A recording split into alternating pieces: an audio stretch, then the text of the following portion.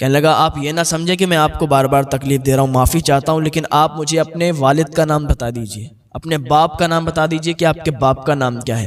حضرت صدیق اکبر رضی اللہ تعالیٰ عنہ نے فرمایا یہاں رات رکنے کی جگہ دے رہے ہو یا بار تالاب کر کر کے پوچھ کے مجھے بھگا دو گے یہاں سے؟ ہم یہاں رات رکنے کے لیے آئے ہیں، کبھی میرا نام پوچھتے ہو، کبھی شہر کا نام پوچھتے ہو، کبھی باپ کا نام پوچھتے ہو، تم یہاں رکنے کی جگہ دو گے یا نہیں دو گے؟ صدیق اکبر رضی اللہ تعالیٰ عنہ نے فرمایا میرے باپ کا نام ابو قحافہ ہے۔ اتنا سن کے خادم دوڑتا ہوا راہب کے پاس گیا، حضور ان کے باپ کا نام ابو قحافہ ہے۔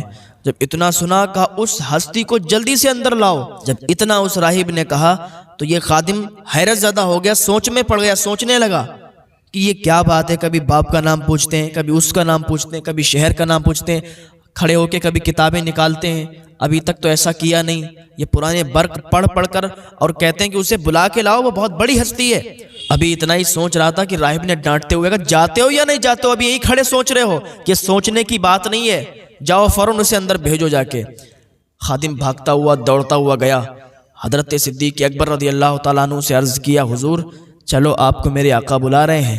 حضرت صدیق اکبر رضی اللہ تعالیٰ عنہ گئے، جانے کے بعد بیٹھے۔ وہ راہب کبھی کتاب کو پڑھتا، کبھی آپ کے چہرے کو دیکھتا، کبھی کتاب کو پڑھتا، کبھی آپ کے چہرے کو دیکھتا، اور کہا سنو آپ ہمارے لیے کوئی عام نہیں ہو، بلکہ آپ بہت خاص ہو، آپ کا مقام بہت اعلیٰ ہے، آپ کا رتبہ بہت اعلیٰ ہے۔ اپنا داہنا ہاتھ لائیے۔ داہنا ہاتھ پکڑ کر کلائی موڑی، اس پر ایک تل تھا، اس کو چوم لیا۔ حضرت صدیق اکبر فرمانے لگے یہ کیا کر رہے ہو آپ لوگ؟ کبھی ہاتھ چومتے ہو، کبھی کہتے ہو آپ بہت اعلیٰ شخصیت ہیں، کبھی کہتے ہو اپنے باپ کا نام بتاؤ، کبھی کچھ کہتے ہو۔ یہ مجھے سمجھ میں نہیں آ رہا، آپ لوگ رات رکنے کے لیے کہہ رہے ہو یا یہاں سے بار تالاب کر کے یہ سب کر رہے ہو؟ سمجھ میں نہیں آ رہا کچھ۔ تو وہ راہب اتنا سننے کے بعد کہتا ہے اگر آپ جاننا چاہتے ہو تو یہ کتاب دیکھ لو، اس کتاب میں آپ کے بارے میں ذکر ہے، آپ کے ہاتھ کا تل ہے، اس کتاب میں لکھا ہوا ہے۔ حضرت صدیق اکبر سے اس راہب نے کہا جاؤ آپ یہاں رات رک جاؤ۔ آپ جاتے ہیں کمرے میں، آپ آرام سے لیٹتے ہیں، لیکن رات میں نیند نہیں آتی ہے، پوری رات سوچتے رہتے ہیں، پوری رات سوچتے رہتے ہیں۔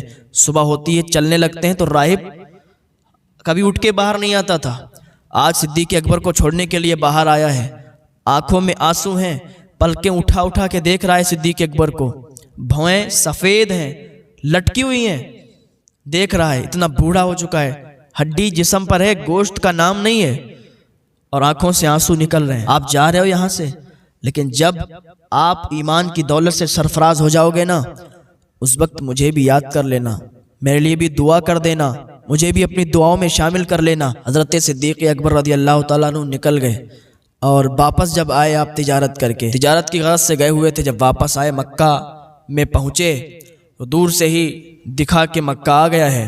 ابو جہل نے آپ کو دیکھ لیا، دوڑتا ہوا آیا ابو جہل، کہا صدیق اکبر آپ واپس آ گئے ہو؟ کہا تمہیں معلوم ہے عبد المطلب کا جو گھر ہے اس کا جو پوتا ہوا تھا؟ کہاں؟ تو کہا اس میں تو عجیب و غریب معاملات چل رہے ہیں، عجیب و غریب واقعات چل رہے ہیں۔ کہا کیا ہوا؟ کہا وہ کہتا ہے کہ میں محمد اللہ کا رسول ہوں، اللہ کا پیغمبر ہوں، اور اللہ کی طرف سے ایک فرشتہ آتا ہے مجھے باتیں بتاتا ہے، یہ سب چل رہا ہے۔ حضرت ابو بکر صدیق رضی اللہ تعالیٰ عنہ نے کہا اچھا ایسی بات ہے تو اب سے لوٹ کر آیا ہوں، مجھے تھوڑا سکون لینے دو، میں خود اپنے آپ جانچ پڑتال کروں گا، ابھی تو میرے چہرے کی گرد بھی صاف نہیں ہوئی ہے، ابھی تو گھر پہ بھی نہیں گیا ہوں، جانے دو مجھے، بعد میں دیکھتا ہوں۔ ابو جہل چلا گیا، صدیق اکبر اپنے گھر گئے، ابھی سامان بھی نہیں اتارا کہ بھاگتے ہوئے دوڑتے ہوئے حضور صلی اللہ تعالیٰ علیہ وسلم کی بارگاہ میں گئے۔